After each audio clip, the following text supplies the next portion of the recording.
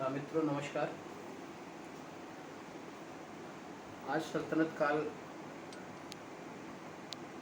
का हम लोग जो अध्ययन कर रहे थे,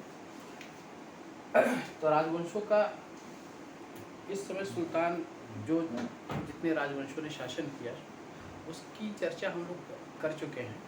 अब हम आते हैं कि सल्तनत कालीन साहित्य और सल्तनत कालीन वास्तुकला। ठीक है, ये दो महत्वपूर्ण टॉपिक हैं जिस टॉपिक से कमीशन के द्वारा अक्सर क्वेश्चन पूछा जाता है। ठीक है, तो इसका अध्ययन हम लोगों के लिए बहुत ज़रूरी है।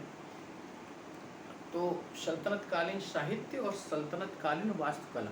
तो पहले आप सल्तनत कालीन वास्तुकला हेडिंग डालिए।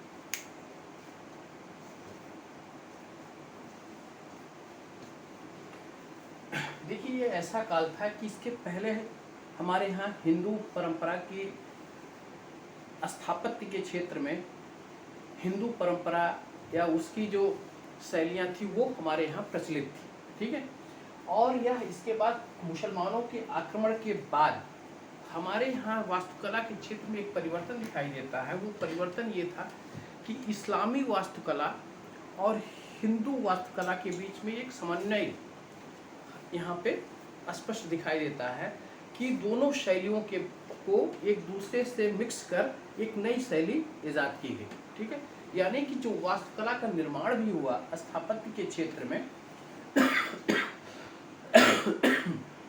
स्थापत्य का अर्थ ये है कि हमारे यहाँ या स्थापत्य का जो अर्थ होता है वो है कि विभिन्न प्रकार के निर्माण जो हमारे यहाँ मस्जिद के रूप में, मंदिर के रूप में, या हमारे यहाँ आपके क्या बोलते हैं किले के रूप में जो निर्माण कार्य किया जाता है वो किसके अंतर्गत आता है? वो स्थापत्य के अंतर्गत आता है, वह वास्तु के अंतर्गत आता है। ठीक है, इसीलिए हम जब कभी चर्चा करते हैं तो अपने घर का वास्तुशास्त्र देखते हैं, यानी कि निर्माण जो होता है वो किसके अंतर्गत? वास्तुकला के अंतर्गत होता है कि हमारे घर का वास्तुशास्त्र कैसा है। घर में रसोइयाँ इधर होना चाहिए, मंदिर का निर्माण घर में इधर होना चाहिए, किस कोण पे होना चाहिए, ये सब चीज़ देखकर हम लोग उसको निर्मित करते हैं। तो इसी तरीके से अब हम आते हैं सल्तनत काल में वास्तुकला के क्षेत्र में क्या क्या चीज़ें हुई। पहले आप देखिएगा कि पूर्व में प्रचलित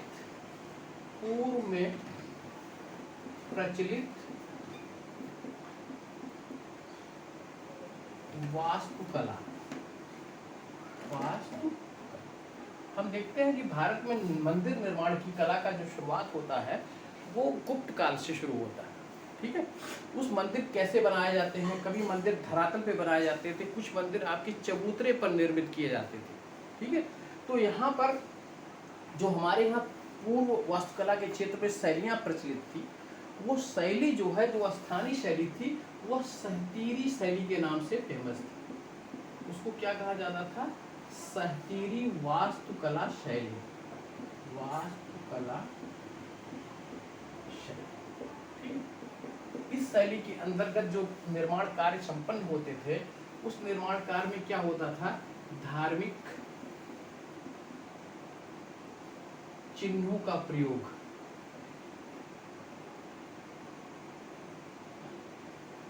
धार्मिक चिन्हों का प्रयोग। जैसे आप देखते हैं कि स्वास्तिक का प्रयोग, स्वास्तिक का प्रयोग, चक्र का प्रयोग, चक्र का प्रयोग, जो मंदिर में घंटियां निर्मित होती थी, घंटियों का प्रयोग, घंटियों का निर्माण। ठीक है, और आपके कुछ बेल के कमल के नमूने बनाए जाते थे, तो उसका भी बेल और कमल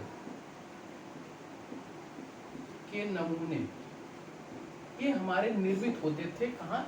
हमारी वास्तुकला में, जो हमारे यहाँ वास्तुकला के क्षेत्र में प्रचलित था। उसमें हम लोग क्या करते थे, दीवालों पर और कई जगहों पर क्या करते थे, धार्मिक चिन्हों का प्रयोग करते थे। जैसे स्वास्तिक का प्रयोग किया जाता था, चक्र का प्रयोग किया जाता था, घंटियों का निर्माण किया जाता था, और बेल और कमल का प्रयोग किया जाता था। ये हमारे यहाँ की प्रचलित शैली थी। अब मुसलमानों का आगमन होता है। आगमन के बाद वहाँ की जो शैली मध्य एशिया की या वहाँ की मुस्लिम क्षेत्र की जो शैलियाँ थी, वो शैली का भी हमारी शैली के साथ एक संबंध स्थापित होता है, एक समन्वय दिखाई पड़ता है दोनों के मध्य में। तो इस्लामी शैली में क्या था, इस्लामी शैली के दो बिंदु महत्वपूर्ण थे। एक तो इस्लामी वास्तुकला, इसमें इस्लामी वास्तुकला में आपका क्या था, मिहराब का निर्माण, मिहराब का, और मिहराब के साथ साथ गुंबदों का निर्माण, गुंबदों का निर्माण। ठीक है, ये प्रमुख रूप से इस्लामी वास्तुकला के अंग थे। ठीक है, मेहराब और गुंबद। और ये हमारे यहाँ इस तरीके से जो सल्तनत के सुल्तानों ने वास्तु के क्षेत्र में जो कुछ भी निर्मित कराया, उन क्षेत्रों में इस चीज़ों का प्रयोग हमको स्पष्ट दिखाई देता है। ठीक है, इसीलिए इसको कहा जाता था इंडो इस्लामी शैली। क्या कहा जाता था, इंडो इस्लामी शैली। ठीक है, इंडो का मतलब भारतीय, इस्लामी शैली। ठीक है, ये चीज़ आप थोड़ा सा कॉन्सेप्ट समझ लें। प्रीलिम्स में आपको ये पूछे जाने की संभावना बहुत कम रहती है कि शैलियों के विषय में, ये मेंस के क्वेश्चन इसमें बन सकते हैं। ठीक है, प्रीलिम्स में सिर्फ क्या है कि सुल्तानों ने किन किन चीज़ों का निर्माण कराया, कहाँ पे करवाया। ठीक है, ये महत्वपूर्ण है। इस काल में सुल्तानों के द्वारा बनने वाली जो इमारतें थी, उन इमारतों में मकबरे का निर्माण, किले का निर्माण, ये महत्वपूर्ण था। ठीक है, मकबरा और किला दो महत्वपूर्ण थे जो इस काल के सल्तनत काल के सुल्तानों ने निर्मित कराए। ठीक है, अब हम आते हैं और मस्जिदों का निर्माण, मकबरे के साथ साथ मस्जिदों का निर्माण। अब हम आते हैं कि भारत में सल्तनत की जो शुरुआत होती है, वो शुरुआत कुतुबुद्दीन ऐबक के शासनकाल से होती है। ठीक है, अब हमको ध्यान देना है कि कुतुबुद्दीन ऐबक ने स्थापत्य के क्षेत्र में क्या प्रगति की, क्या परिवर्तन किया, या किन चीज़ों का निर्माण कराया। तो कुतुबुद्दीन ऐबक की तीन महत्वपूर्ण मस्जिद, और उसके साथ साथ एक पहली मस्जिद जो इसने निर्मित करवाई, वो कुब्बत उल इस्लाम नामक मस्जिद कहाँ पे निर्मित करवाई, दिल्ली में। ठीक है, दूसरी मस्जिद का निर्माण इसने कराया, वह 2.5 दिन का छोपड़ा अजमेर में, और इसके बाद इसने कुतुब मीनार का निर्माण कराया था। ठीक, जो सूफी संत बख्तियार काकी के याद में करवाया गया था। ठीक है, तो ये महत्वपूर्ण कार्य किसके द्वारा संपन्न कराए गए, कुतुबुद्दीन ऐबक के द्वारा। ठीक है, अब आप इसमें देखिएगा कि आप लिख लीजिए ऐबक द्वारा निर्मित इमारतें,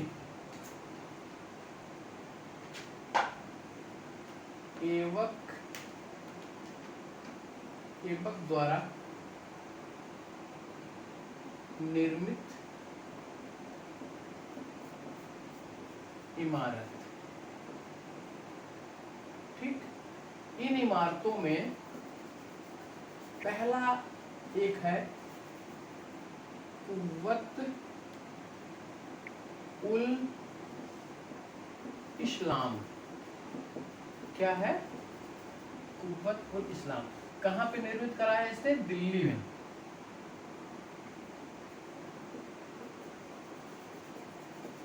दिल्ली में। ठीक है, यह इमारत 1196 में प्रारंभ की गई। ठीक है, उसके बाद दूसरी इमारत इसने क्या कराया, 2.5 दिन का झोपड़ा,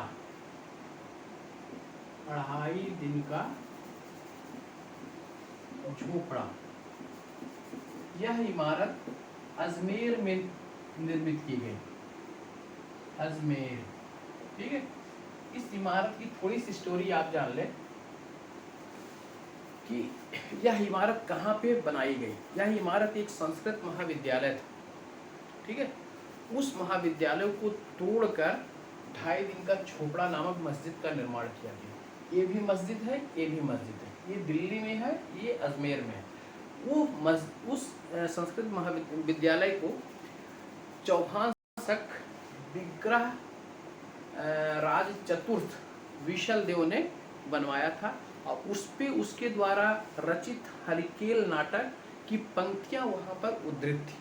ठीक है, ये प्रश्न आया भी है, इसके पहले पूछा गया था कि 2.5 दिन की झोपड़ा जो मस्जिद निर्माण कराया गया वो किस पे निर्मित की गई। ठीक है, किसकी पंक्तियां। ठीक है, तो 2.5 दिन की झोपड़ा के विषय में आप समझ लीजिए कि यह चौहान शासक, चौहान शासक क्या था, विग्रहराज चतुर्थ,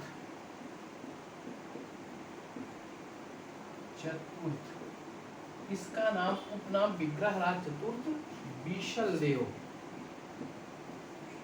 ठीक, इसके द्वारा निर्मित क्या था, संस्कृत विद्यालय, संस्कृत विद्यालय। ठीक, इसी को तोड़कर यह मंदिर या मस्जिद निर्मित किया गया था और इस पर जो है हरिकेल नामक नाटक, हरिकेल नामक नाटक की पंक्तियां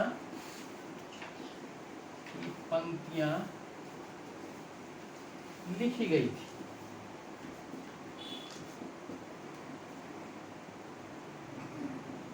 ये फैक्ट आप दिमाग में रख लीजिएगा कि 2.5 दिन का झोपड़ा अजमेर में चौहान शासक विग्रहराज चतुर्थ विशल देव के द्वारा निर्मित संस्कृत विद्यालय, महाविद्यालय नहीं था, संस्कृत विद्यालय, और इस विद्यालय पर इन्हीं के द्वारा रचित नाटक क्या था, हरिकेल नामक नाटक की पंक्तियां उद्धृत की गई थी और इसी को तोड़कर कुतुबुद्दीन ऐबक ने 2.5 दिन की झोपड़े का निर्माण कराया। एक दो इसके बाद जो है ऐबक द्वारा निर्मित एक अन्य इमारत क्या थी, कुतुब मीनार। अन्य इमारत क्या थी, कुतुब मीनार।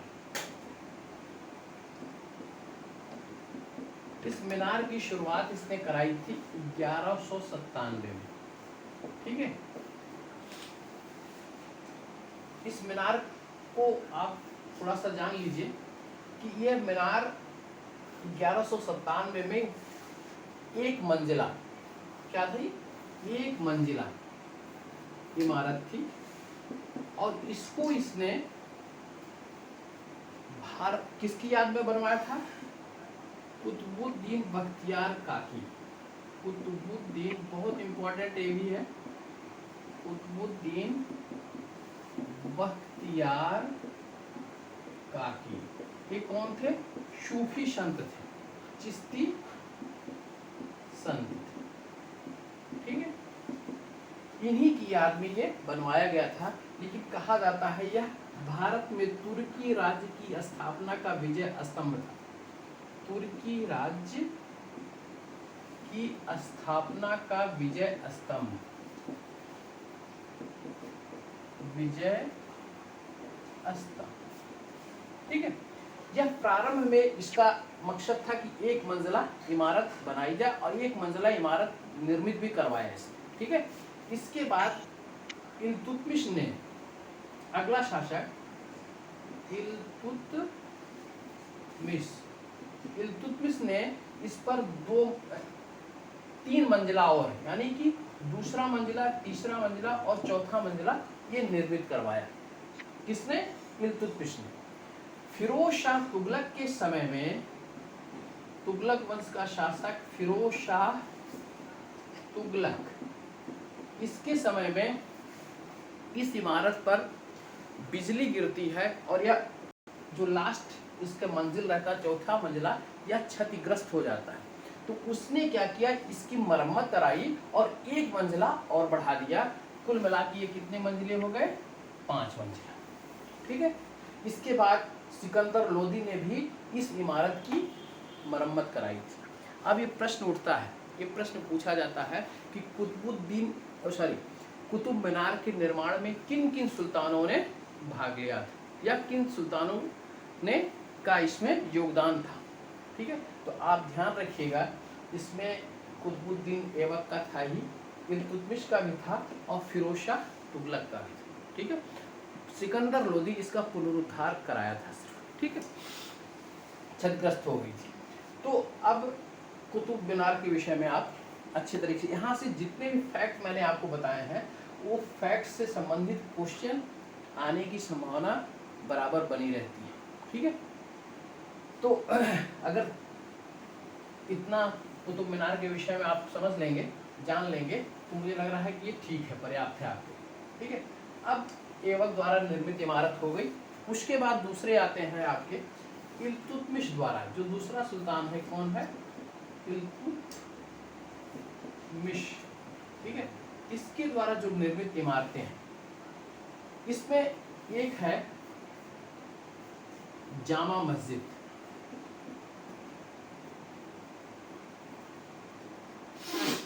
जामा मस्जिद कहाँ पे बनवाया था? बदायूं में। ठीक। दूसरा है अतराकिन का दरवाजा, ये भी मस्जिद ही है, अतराकिन का दरवाजा। ये कहाँ निर्मित करवाया? नागौर। नागौर कहाँ है? राजस्थान। राजस्थान के जोधपुर में, जोधपुर के पास में। ठीक है। इसके बाद इसमें जो है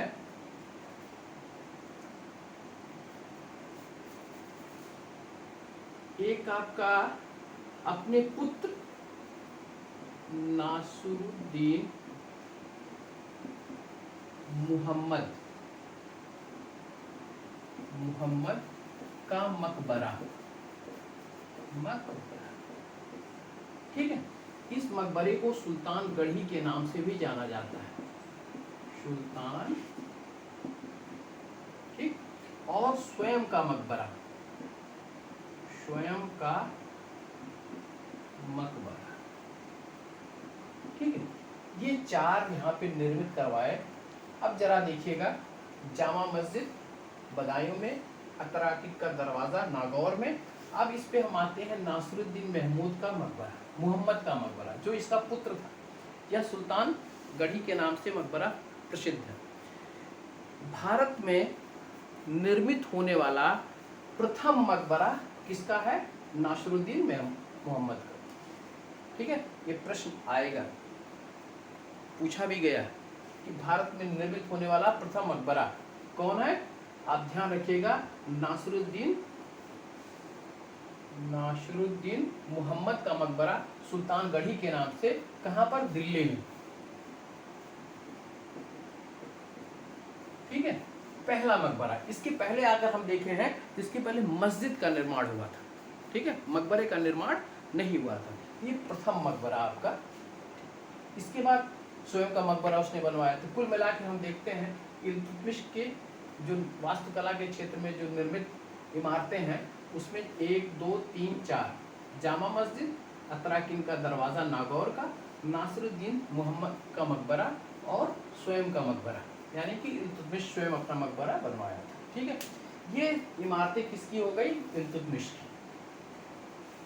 उसके बाद हम आते हैं जो प्रमुख सुल्तान इसके बाद हुआ, क्योंकि जो प्रमुख सुल्तान हुए जिनका कार्यकाल थोड़ा सा अधिक था, उन्होंने ही वास्तुकला के क्षेत्र में अपनी रुचि प्रदर्शित की, क्योंकि उनके पास समय भी था और वह इस क्षेत्र में कुछ कार्य किए हैं।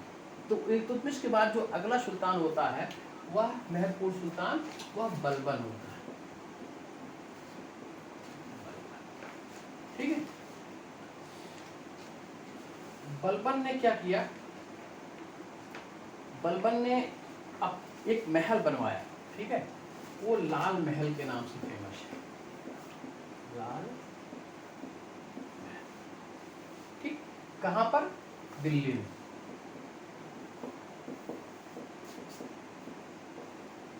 इसके साथ साथ बलबन ने क्या किया, स्वयं का मकबरा, स्वयं का, इसको स्वयं के स्थान पर हम बलबन लिख देते हैं, बलबन का मकबरा।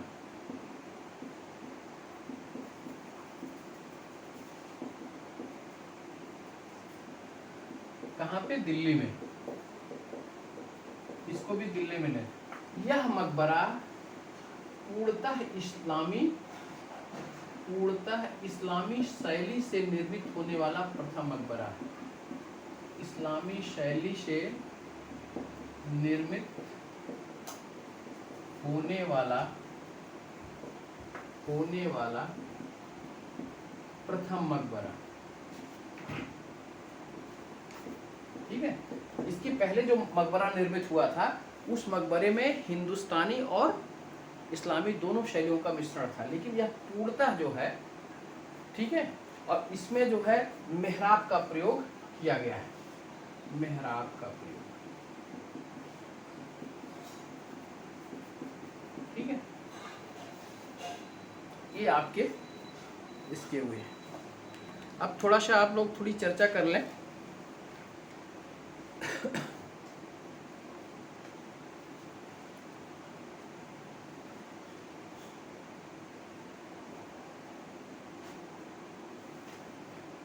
अभिलाषा जी। जी सर। आवाज मेरी स्पष्ट सुनाई दे रही है? हाँ सर, आवाज आ रही है। और ये दिखाई भी दे रहा है? जी सर। चलिए,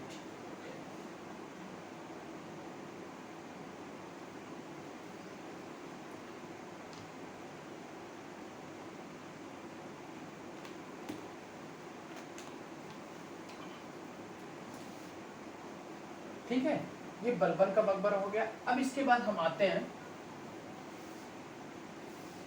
अलाउद्दीन खिलजी। अलाउद्दीन खिलजी।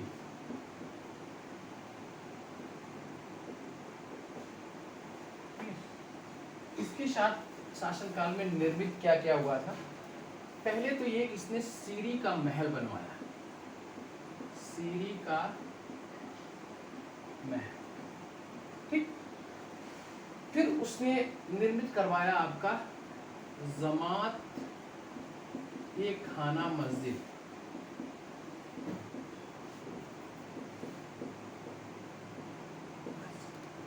इसके बाद इसने जो निर्मित करवाया वह आपका 1000 स्तंभों का महल, स्तंभों का महल। कहाँ पर? दिल्ली में। ठीक, और फिर ये किसका निर्माण कार्य है? अलाई दरवाजा, अलाई। ठीक है, ये इसके आपके निर्मित प्रमुख इमारतें थी। किसकी? अलाउद्दीन खिलजी की। सीरी का महल, सीरी को इसने 1304 में निर्मित करवाया था। ठीक है, जमात ए खाना मस्जिद भी इसने निर्मित करवाया, और दिल्ली में इसने 1000 स्तंभों का महल। ये तो तीनों ठीक है, लेकिन आप सबसे महत्वपूर्ण जो इसका निर्माण कार्य है वो अलाई दरवाजा है। ठीक है, अलाई दरवाजा ये कुतुब मीनार के जस्ट सामने, कहाँ पे निर्मित है?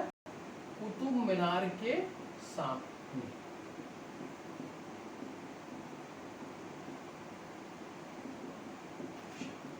ठीक है, यह दरवाजा कुव्वत उल इस्लाम जो मस्जिद थी, उस मस्जिद का एक दरवाज़ा था, ठीक है, उसका एक प्रवेश द्वार था। कुव्वत उल इस्लाम मस्जिद में 4 प्रवेश द्वार बनाने का विचार था, ठीक है, और उसमें से एक प्रवेश द्वार जो है अलाई दरवाज़ा था, और जिसको ये कुतुब मीनार से भी बड़ा बनाना चाहता था, ठीक है, लेकिन वह निर्मित नहीं कर सका था।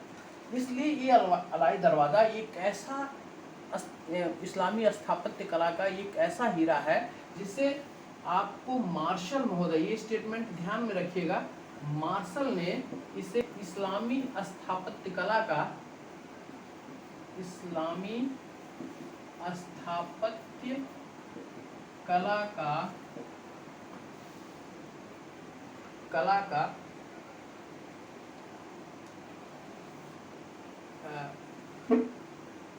सबसे सुंदर नगीना घोषित किया। ये स्टेटमेंट किसका है? मार्शल महोदय का। मार्शल जी स्थापत्य कला के क्षेत्र में मार्शल हैं, फर्ग्यूसन है, पर्सी ब्राउन है, जिन्होंने इस सब चीज़ों का काफ़ी अध्ययन किया। हिंदू उसमें इस्लामी स्थापत्य कला, उसमें सल्तनत की और मुग़ल स्थापत्य कला दोनों का अध्ययन लोगों ने किया। उन्होंने क्या कहा कि यह इस्लामी स्थापत्य कला का सबसे सुंदर नगीना या हीरा है, ठीक है। अलाई दरवाजा कहाँ पर स्थित है? यह दिल्ली में। किसके सामने? कुतुब मीनार के सामने। किसके? कुव्वत उल इस्लाम मस्जिद का एक प्रवेश द्वार है, ठीक है। यह अलाउद्दीन खिलजी का स्थापत्य हो गया। इसके बाद हम आते हैं गयासुद्दीन तुगलक का।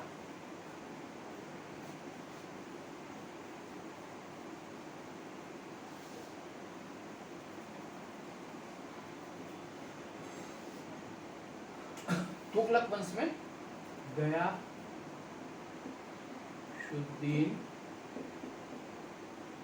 तुगलक,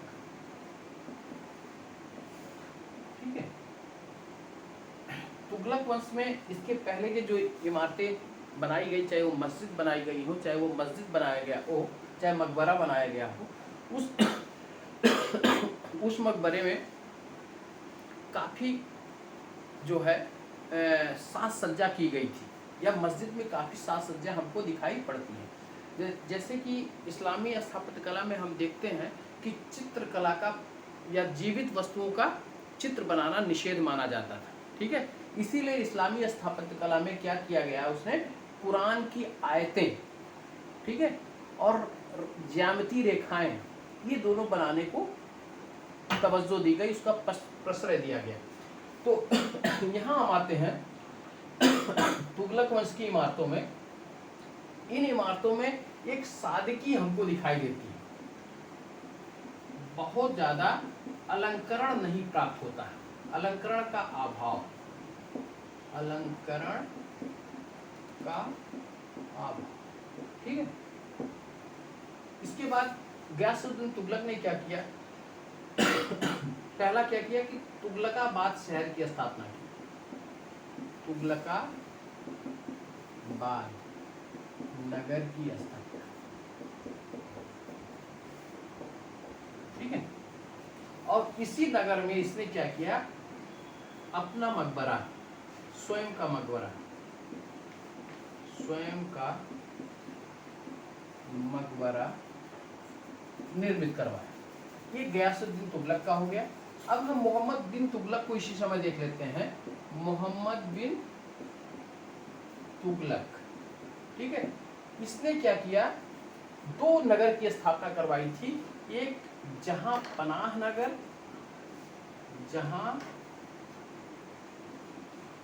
नगर, और दूसरा जो है आदिलाबाद शहर, आदिलाबाद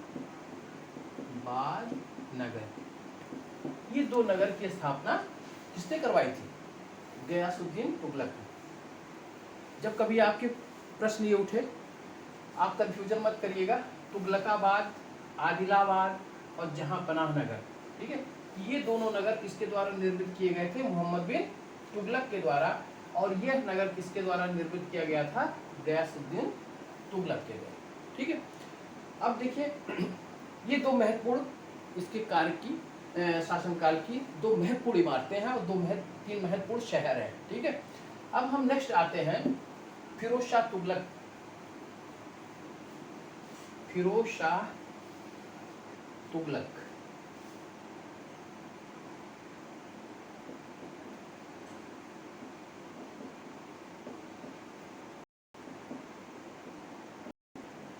अब मैं जब फिरोज शाह तुगलक पढ़ा रहा था तो चर्चा किया था कि फिरोज शाह ने 300 नगरों की स्थापना करवाई थी, कई उद्यान, 1200 बगीचे का निर्माण करवाया था इसने। तो 300 नगरों में इसने जो महत्वपूर्ण नगर थे, पहली बात थे फिरोज शाह कोटला, फिरोज शाह कोटला, दूसरा आपका फिरोजपुर, फिर तीसरा फिरोजाबाद, फिर इसके बाद इसने फतेहाबाद, और फिर इसने जौनपुर। इन नगरों की स्थापना किसने करवाई थी? फिरोज शाह तुगलक ने। इसके साथ साथ इसने जो है अपने, इसका एक प्रधानमंत्री रहता है, उसका नाम है खाने जहां तेलंगानी,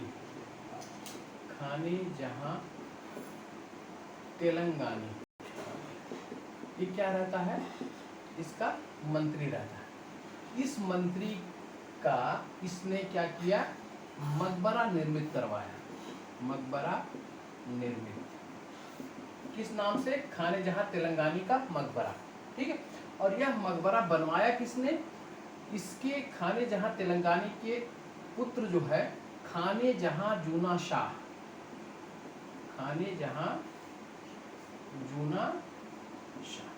इसने निर्मित करवाया। और यह पहला मकबरा है सल्तनत कालीन का जो अष्टकोणीय मकबरा है। पहला मकबरा है जो अष्टकोणीय मकबरा। ठीक है। जब कभी इसके निर्माण की बात आए तो निर्माण की बात के बारे में आप वो कर लीजिएगा कि निर्माण किसने कराया था? खाने जहां जूना शाह। किसका पुत्र था? खाने जहां तेलंगानी का। ठीक है। और यह पहला मकबरा है जो अष्टकोणीय मकबरा है। ठीक है। इसके साथ साथ फिरोज शाह तुगलक ने इसके साथ क्या निर्मित करवाया? आपका किरकी मस्जिद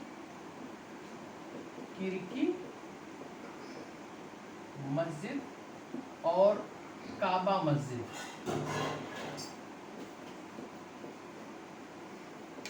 काबा मस्जिद, इसका निर्माण इसने करवाया था। ठीक है।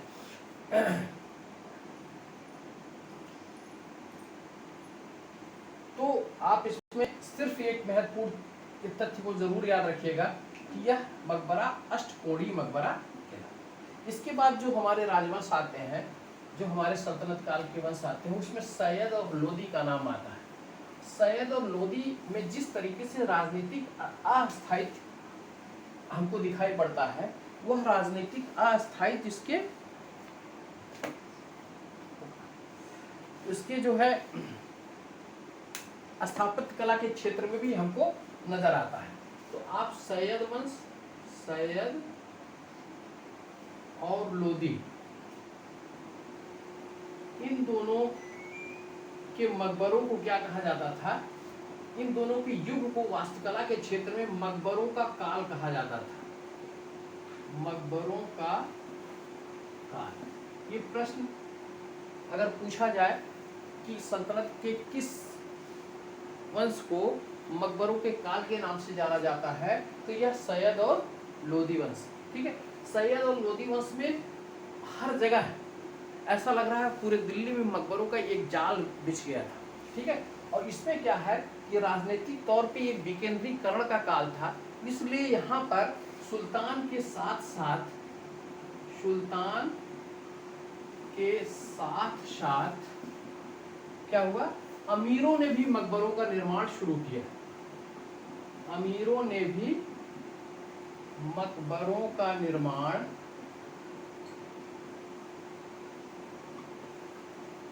प्रारंभ किया। जब हम इसकी पॉलिटिकल मैटर पे हम लोग चर्चा कर रहे थे तो उस मैटर पे मैंने कहा था कि सैयद वंश के शासक क्या करते थे, ठीक है, वह शाहरुख के यानी कि तैमूर लंग के जो पुत्र था शाहरुख, उसके वंशज के रूप में शासन किया करते थे और उसने कभी सुल्तान की उपाधि धारण नहीं की, उसने रैयत व आला की उपाधि धारण की थी, ठीक है। इसी तरीके से हम देखते हैं लोदियों के समय में जो बहलोल लोदी रहता है, बहलोल लोदी भी अफगानों के समकक्ष यानी कि जो अमीर रहते हैं उन्हीं के समकक्ष अपने को एक अमीर समझता था। अब अमीरों के साथ वह कभी गद्दी पर नहीं बैठा, ठीक है। इसलिए हम देखते हैं कि यहाँ विकेंद्रीकरण, जरा देखो